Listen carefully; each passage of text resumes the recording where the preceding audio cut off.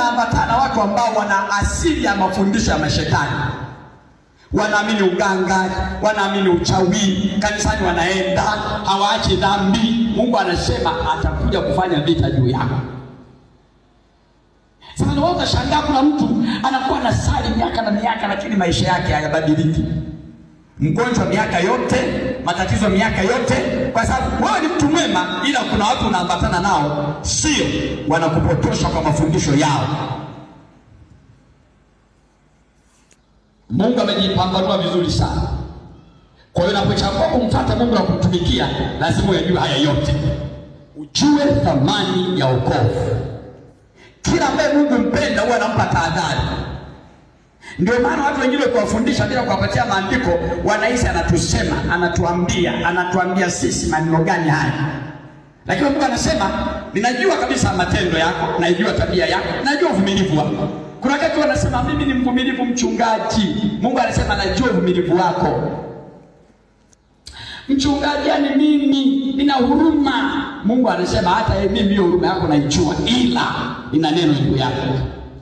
Ndani ya hiyo huruma yako kuna watu umeambatana nao, wanafanya hiyo huruma uliyo nayo isilete matokeo mazuri kwako. Kwa sababu kuna watu uko nao karibu wanaharibu yale matokeo mazuri ambayo utakao kuyatenda ili Mungu akubariki, ili Mungu akuponye, ili Mungu akuinue, ili Mungu akusaidie. Kwa hiyo Mungu anatoa mapema, anasema jiangalie ni wapi kwenye shida na utengeneze. Unajua kila mtu anajijua. Naomba nimalize na hii kwamba sisi wote tunajijua. Mimi mchungaji Joel najijua. Najua kabisa kwamba nina udhaifu huu. Hili nanishinda, hili halinishindi. Hili naliweza, hili. Kibinadamu yani, najua. Hata wewe unajijua. Mungu ana hasira sana kwa kweli. Pamoja ni mcha Mungu lakini yani ana hasira mpaka najisikia sisi ni mtu ni nyonge. Hasira hiyo ndio jaribu lako. Wewe hapo ulipo unajijua una majibu mabaya. Unajijua kabisa nina majibu mabaya. Hicho ndio kifungo chako. Ndio kinafanya mema yasije. Kama ni mchoyo unajijua kabisa mimi ni mchoyo, kwa sababu uchoyo sio kumnyima mtu. Labda nikwambie uchoyo ni nampa ila nanung'unika. Nampa ila nimeharibia budget. Nampa ila huo ndio uchoyo. Sio kama uchoyo ni kumnyima mtu. Uchoyo ni ile hali ya ndani, unapompa unabaki unajisikiaje. Huo ndio uchoyo. Uchoyo sio kutokuwapikia watu chakula, unapika hiyo unasema yanakula, ona sasa hizi kilo 5 zimenifikisha wiki ijayo, ona sasa. Huo ndio uchoyo sasa. Uchoyo ni ule ambao karibuni wageni unatenga lakini ndani sijui ametokea wapi haya nayo. Unakuta watu wana bajeti zao yanakuja kuharibu. Hilo ni watengia na wakati jamani, karibuni jamani, kuleni jamani, mjisikie nyumbani, ila sasa huko ndani. Huo ndio uchoyo sasa. Sasa kila binadamu ana udhaifu wake na unajijua. Sasa hilo eneo ukiwa nalo, ndio Mungu anasema jirekebishe kwenye hilo eneo. Wewe kumwambia Mungu nisaidie tabia, sipendi Mungu, ila ndio unajikuta tu automatically yani ukiona watu hiyo hali inaniingia, nisaidie. Mungu atakusaidia. Na ukitii utaanza kuona mema yanakuja. Utaanza kuona baraka za Mungu zinakuja.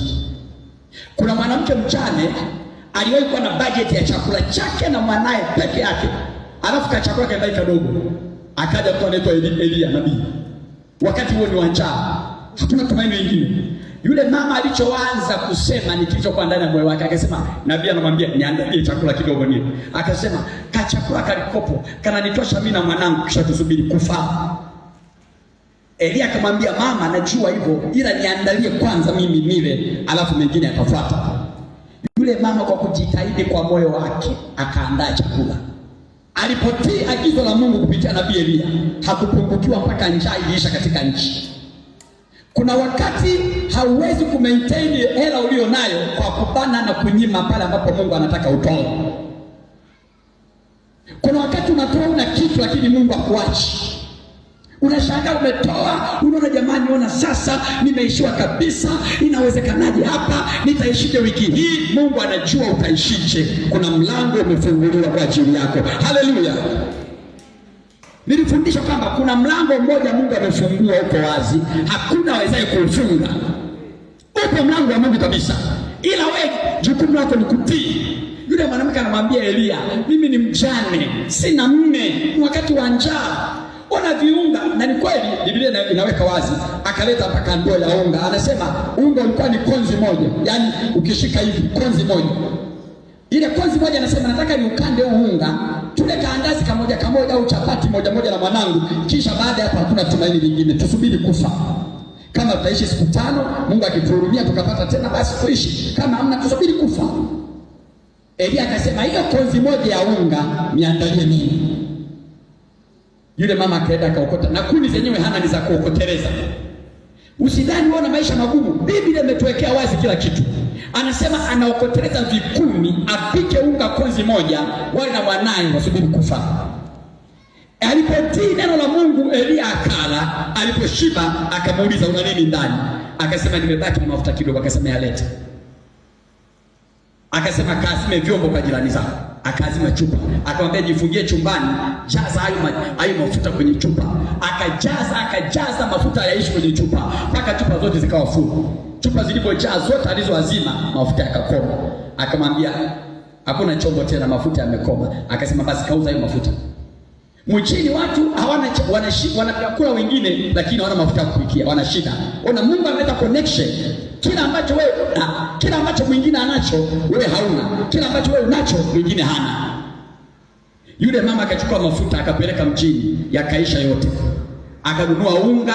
Biblia inasema wakala kwa miaka 3 mpaka njaa ilipomalizika katika nchi, hawakuwa na njaa tena. Fanya ya Mungu, usiogope. Usiseme hata 15,000 nimekatunza ndio ka budget kote. Fanya Mungu anachotaka, utaona matokeo. Thubutu kwa imani yako, jaribu. Ila kama yule mwanamke hakika angekatalia ile hela, ule unga, akasema jamani, nabii kwa kweli mimi utanilaumu tu, kwa kweli hamna kwa kweli, hata Mungu anajua, angekufa kweli, angekula. Baada ya ule muda asingepata muujiza. Kama unanielewa sema amina. Sema tena amina. Kwa hiyo lengo la somo hili, hebu thamini wokovu. Cha pili, kila mtu ashughulike na udhaifu alionao. Hebu angalia ni eneo gani linanitenga na upendo wa Mungu. Ni uchoyo, ni hasira, ni wivu, ni ugomvi, ni mawazo mabaya, ni mimi. Kuna watu wameokoka lakini wanachuki. Yaani ukimkwaza anachukia. Sio kama anaishi na chuki, kwa sababu ubaya ulio ndani ya mtu huwa unatokea wakati wa tatizo. Ndio maana haki ni kwamba hata wakati umetendewa ubaya, wewe unatenda wema. Ndio maana Mungu anasema msilipe ubaya kwa ubaya, bali ushindeni ubaya kwa wema. Ndio Mungu yuko namna hiyo. Kwa hiyo dhambi ya mtu haionekani kwa sababu anaishi katika dhambi, ila kuna jambo linatokea, alafu ile jambo anashindwa kulishinda. Ndio maana anasema ashindaye nitampa. Maana yake kila tatizo linalokuja kwako linakuja kama kipimo au mzani ili ushinde. Lengo la Mungu ushinde. Yaani lengo la Mungu kila kilichokuja ushinde. Umekuja ugomvi, Mungu anataka ushinde. Imekuja hasira, ushinde. Imekuja maneno ya ushawishi, ushinde. Mungu anataka ushinde.